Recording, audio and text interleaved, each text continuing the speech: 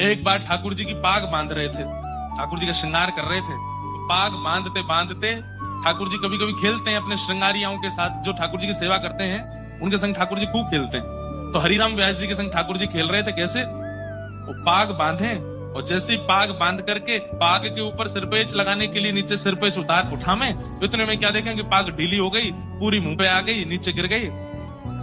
एक बार, दो बार, तीन बार, चार बार, 6-7 बार जब पाग बांध दी और बार बार खुलने लगी, तो हरिराम व्यास जी बोले ये पाग पहननी नहीं है, शायद इनको दूसरी लाता हूं। दूसरी पहनाई तो वो भी उतार दी। तीसरी पाग लाए और जब तीसरी पाग बांधी तो किसी ने बाहर से आवाज लगाई, बोले जल्दी दर्शन खोलो, इतने सारे दर्शनार्थी खड़े। तो हरिराम व्यास जी बोले जय जय, बहुत देर रह गई है, सुबह से मैं पाग बांधने में लगूं, जल्दी तैयार हो जाओ, बाहर सबन को दर्शन करने। पाग बांधी, ठाकुर जी ने अब की बार भी पाग उतार दी।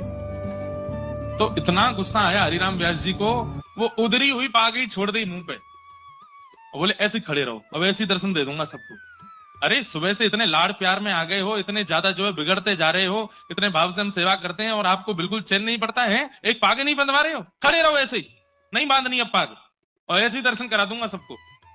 अपने पुत्र को बोल गए, भोग आदि पधरा करके दर्शन खोल देना, मैं जा रहा हूं। बोले पिताजी गुस्सा क्यों? बोले ये ऐसे ही काम है यहाँ के, छलिया के पूरे दिन यहाँ की सेवा करते रहे, एक पाग ना बंधवा रहो, गुस्सा करें।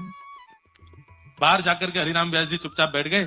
थोड़ी देर बाद भोग प्रसाद होने के बाद जैसे ही पर्दा खुले, आहा, लोग बाग जय जयकार करने लगे, मनोहर झांकी, मधुर झांकी, आहा, आज ठाकुर जी कितने सुंदर लग रहे हैं, आज ठाकुर जी कितने प्यारे लग रहे हैं। तो हरिराम व्यास जी बोले ये लोग मुझ पे व्यंग कस रहे हैं, ये लोग जरूर मेरे ऊपर व्यंग कस रहे हैं, टेढ़ी मेढ़ी पाग है, पाग पूरी खुल गई है, तो मुझ पे व्यंग मार रहे हैं कि देखो आज कितने बढ़िया ठाकुर जी सजे। कोई दर्शनार्थी बाहर आया रोता रोता, बोले व्यास जी आज की झांकी तो नेत्रों से जा ही नहीं रही है। बोले सच बता? बोले और नहीं। बोले उधरी वही पाग में तुमको बड़ी बढ़िया लग रहे हैं ठाकुर जी। बोले उधरी वही पाग, आज ना तो मुख दिख रहा है, ना चरण दिख रहे हैं, ना हाथ दिख रहे हैं, आज तो दृष्टि पाग पे ही अटकी भैया, इतनी सुंदर पाग ठाकुर जी पहन के खड़े। भीतर जाकर के जैसे हरिराम व्यास जी ने देखा तो क्या पाया, आज इतनी सुंदर पाग और उस सुंदर पाग के ऊपर 10-15 मोर पंख ऐसे लटका करके ठाकुर जी ने इतनी सुंदर पाग। पुत्र को बुलाया, हरिराम व्यास जी बोले तो बांधी पाग? बोले नहीं पिताजी, आप जैसी छोड़ गए थे वैसी थी, पता नहीं कैसे बांध ली। तुरंत हरिराम व्यास जी के नेत्र बंद हो गए और नेत्र बंद होते ही मन में झांकी प्रकट हुई, क्या कि मैं तो उधरी भाई पाग छोड़ के बाहर चलोगे और गुस्सा में। तब प्रिया जी, तब किशोरी जी आई और किशोरी जी ने आकर के देखी है ऐसे बुरे बाबड़े से बन के खड़े हो ठाकुर जी, पाग क्यों नहीं बांधी?